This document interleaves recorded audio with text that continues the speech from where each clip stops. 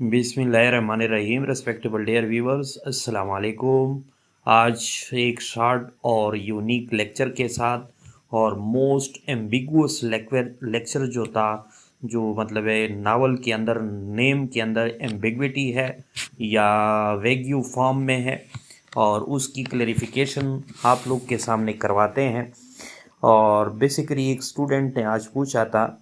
यानी जो डेबरविल्स का जो टाइटल है in the Tess of the d'Urbervilles novel by Thomas Hardy, उसमें ये डी के ऊपर जो एपोस्ट्रॉफी है ये किस लिए डाली गई है और क्यों इस्तेमाल हुई है, और अगर देखा जाए तो थॉमस हार्डी ने उसको क्यों इस्तेमाल किया है। तो इसकी जो टाइटल बनती है the irony of d'Urbervilles D in the Tess of the d'Urbervilles novel by Thomas Hardy. ये जो डी की अपोस्ट्रॉफी है इसकी अपनी सिग्निफिकेंस है, और हम उसको जो है विद एंशियंट रेलेक्स के साथ या एंशियंट प्रूफ के साथ आप लोग के सामने रखेंगे। तो जिसने भी हमारे चैनल को सब्सक्राइब नहीं किया वो सब्सक्राइब कर ले। अब आ जाए टॉपिक की जानिब, the irony of D in the d'Urbervilles in the Tess of d'Urbervilles novel by Thomas Hardy. तो ये डी एपोस्ट्रॉफी क्यों इस्तेमाल हो चुकी है और उसके अंदर आयरानिकल डिस्क्रिप्शन या आयरानिकल मैसेज क्या है, अब समझे। नंबर 1, ये डी की जो एपोस्ट्रॉफी है ये एक तो फ्रेंच स्टाइल है, ठीक है जी, फ्रेंच स्टाइल। और फ्रेंच स्टाइल में प्रीफिक्स के लिए इस्तेमाल हो जाती है डी, यानी यहाँ पे ये प्रीफिक्स के तौर पे, यानी लाहका और साब के यानी प्रीफिक्सेस और सुफिक्सेस के तौर पे जो किसी वर्ड के आगे या पीछे लग के, यानी ये प्रीफिक्स के तौर पे जो है यानी लगाई गई है डी। और यहाँ पे इस डी से मुराद यानी ये सजेस्ट करती है नोबेलिटी को, शराफत को या अजमत को, या किसी फैमिली की इज्जत को, या किसी आला ख़ानदान को, या सेकंड अगर देखा जाए ये फैमिली नेम भी है। यानी फैमिली नेम किस तरह है और नोबेलिटी को किस तरह जाहिर करता है, यानी इसकी वजाहत ये है कि फ्रेंच सर नेम्स, यानी सर नेम्स कुनियत वाले नेमों को कहा जाता है। कुनियत वाले यानी जो ख़ानदानी नेम होते हैं, उन ख़ानदानी नेमों में जो फ्रेंच है वो यानी जो रिस्पेक्टेबल या इलीट क्लास से जिनका ताल्लुक होता है उसके आगे जो है वो जाहिर करने के लिए डी ई का इस्तेमाल करते हैं, यानी डी। अब यहाँ पे ई जो है वो मिसिंग लेटर के तौर पे है, इसी वजह से ये एपोस्ट्रॉफी है, और डी जो है इसी वजह से कैपिटल भी है कि ई तो मिसिंग है और जो है पूरा एब्रीवेशन जो है यानी यहाँ पे एपोस्ट्रॉफी की सूरत में यानी डी लिखा गया है। यानी इसी वजह से ये फ्रेंच सर नेम भी है जिसको डी यानी डी या डी ई का कहते हैं। और ये किस चीज़ को जाहिर करते हैं फ्रेंच में, एरिस्टोक्रेटिक लिनेज को। लिनेज कहते हैं रिश्ते या ताल्लुक को, और एरिस्टोक्रेटिक यानी इलीट क्लास की यानी एक निशानी होती है कि उसके नाम में जो है उसकी निशानी डी को यानी डेबरविल्स को देख के फौरन पता चल जाता है कि ये एरिस्टोक्रेटिक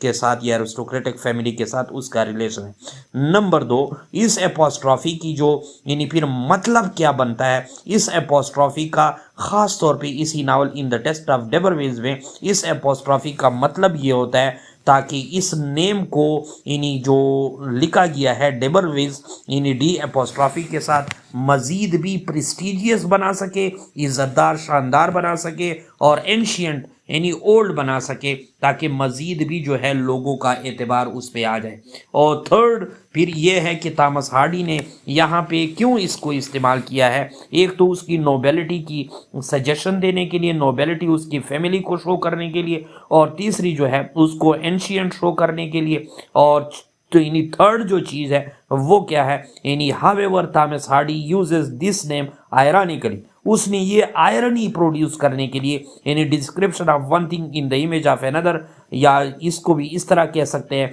यानी जिसकी रियलिटी यानी अपीयरेंस और हो और हकीकत में और हो, यानी अपीयरेंस वर्सेस रियलिटी हो, यानी उसको आयरनी कहते हैं। तो यहाँ पे ये आयरनिकल यूजेज है टेस्ट की फैमिली में, डबर बे फील्ड में, यानी ये एक्चुअली यहाँ पे वो किस चीज़ का काम कर रहे हैं, यानी पीजेंट स्टॉक है, यानी फार्मर है, किसान है, और यहाँ पे only discover there suppose noble ancestry much later, और ये इसलिए आयरानिकली इस्तेमाल हुई है कि ये लोग फार्मर है और फार्मिंग का काम भी करते हैं, लेकिन सिर्फ बाद में जो उन्हें यानी फर्ज की गई इंसेस्ट्री या आबाओ अजदाद की नोबेलिटी का पता चला है कि हमदी डेबरविल की फैमिली के साथ जो है यहाँ जो है हमारा ताल्लुक है, या डेबरबेफील्ड के फैमिली के साथ हमारा रिलेशन है, तो इसी वजह से उन्होंने क्या किया है, यानी यहाँ पे इस चीज़ को यानी यूज़ किया है। और ये the name d'Urberville is a relic of past social status, ये उस